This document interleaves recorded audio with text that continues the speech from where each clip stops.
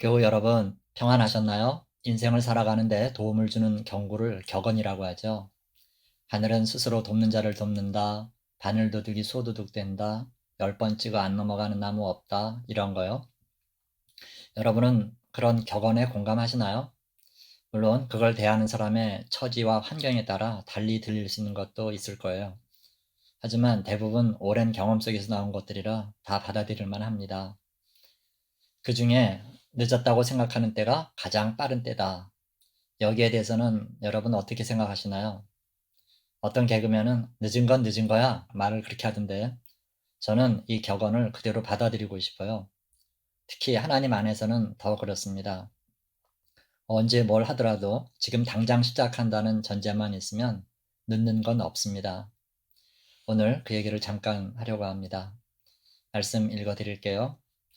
룻기 1장 6절에서 7절 그리고 1장 19절에서 21절까지 말씀입니다. 그 여인이 모압 지방에서 여호와께서 자기 백성을 돌보시사 그들에게 양식을 주셨다 함을 듣고 이에 두 며느리와 함께 일어나 모압 지방에서 돌아오려 하여 있던 곳에서 나오고 두 며느리도 그와 함께하여 유다 땅으로 돌아오려고 길을 가다가 이에 그 두 사람이 베들레헴까지 갔더라. 베들레헴에 이를 때 온 성읍이 그들로 말미암아 떠들며 이르기를 이가 나옴이냐 하는지라.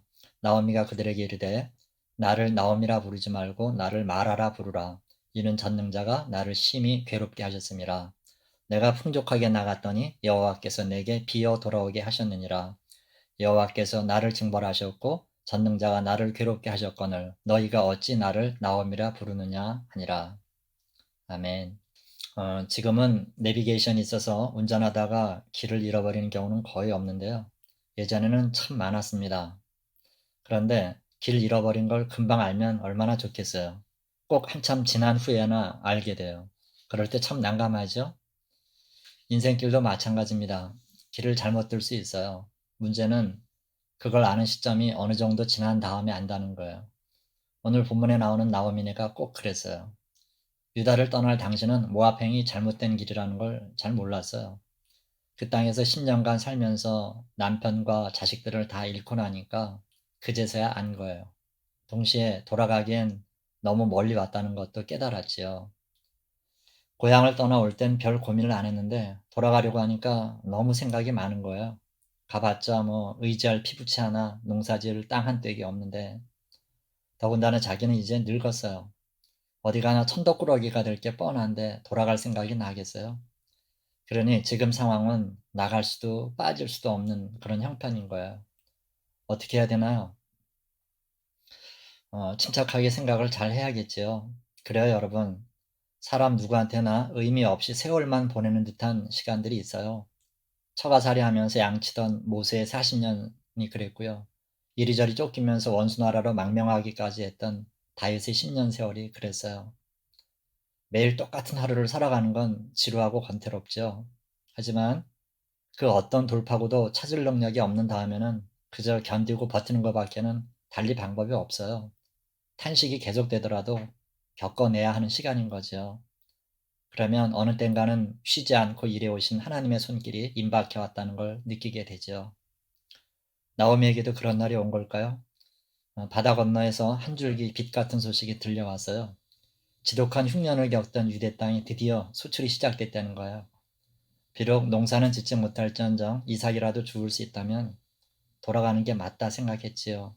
고향 땅에서 죽을 수 있다면 빌어먹더라도 가야지요. 저는 지금도 후회되는 일이 있어요. 말씀드린 것처럼 학창 시절에 조금 더 열심히 공부를 했더라면 지금 사역의 열매도 많았을 텐데 그러질 못한 거예요. 그때 뭐 철이 없었어요. 공부도 뭐 이렇게 하는 사람만 하는 거라 생각을 했거든요. 그런데 공부에 취미를 붙일 계기가 있었어요. 이 중학교를 들어가자마자 반장인 친구가 제 짝꿍이 된 거예요. 그 친구가 저를 잘 봐가지고 여기저기 데리고 다녔는데 그중에 반장들 모임이 있었어요. 물론 이게 공식적인 모임은 아니고요. 그냥 유유상종이라고 지들끼리 모여 노는 거죠. 그 자리에 저를 데리고 간 거예요. 근데 그 자리는 제가 껴서는 안 될 자리잖아요.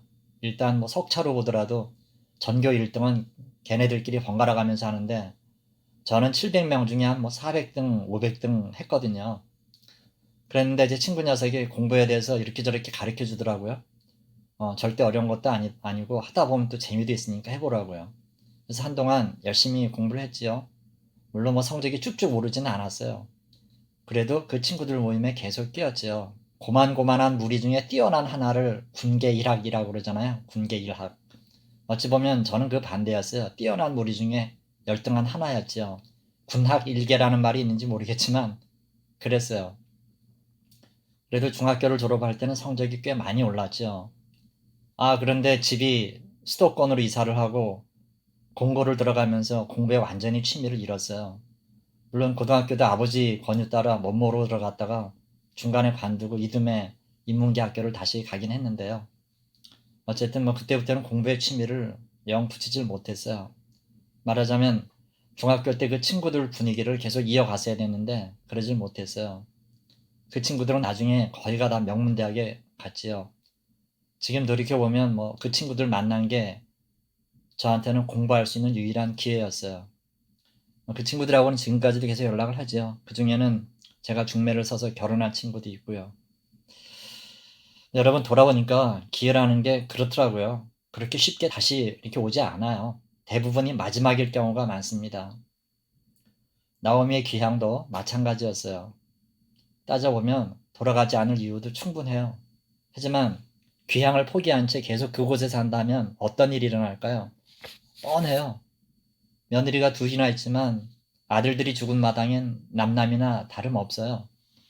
며느리와 타양 사람에게 성가신 존재로 취급받지 않겠어요? 그렇게 구차하게 연명하면서 끝내는 객지에서 조용히 죽어갔을 거예요. 그럴 수는 없다고 생각했나 봅니다. 마지막 기회를 잡은 나오미는 준비가 되어 있었어요. 물론 가면 고향 안악들이 이러고 저러고 입방아를 찍겠지요. 그런 것쯤은 문제도 아니었어요.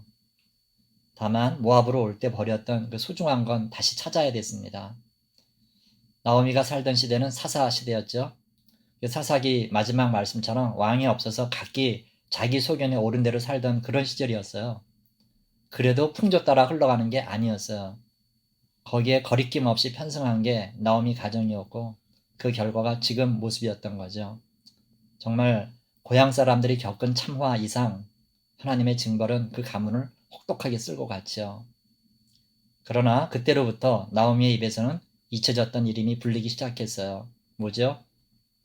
풍족하게 하신 거, 비게 하신 거, 가족을 데려가신 거, 비천한 모습으로라도 남게 하신 거, 이 모두가 하나님이었음을 안 겁니다. 그런 하나님을 나오면은 전능자라는 다른 이름으로 부르지요. 다 가져가신 하나님은 반대로 그 모두를 다시 주실 수 있는 분임을 믿은 거예요. 그러기에 당장은 나를 나오미, 그러니까 기쁨이라 부르지 말고 나를 마라, 고통이라고 부르라 그러면서 자신을 고발하고 있어요. 그렇게 믿음을 찾고 마음 다잡은 나오미한테 꺼리낄 건 아무것도 없었어요. 누구나 한때 잘못된 길을 갈 수 있어요. 물론 그 대가는 치르게 되지요. 우리 인생의 어떤 얼룩진 모습을 보는 건 정말 민망하기도 하고 무참하기도 해요.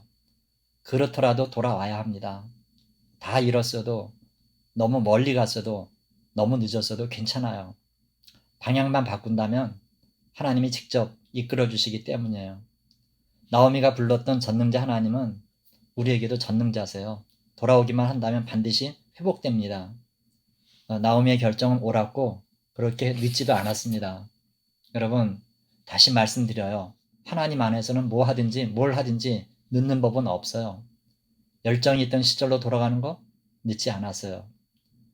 세상께 좋아서 거기에 빠져 있었지만 다시 주님께로 돌아가기로 하는 거 늦지 않았어요.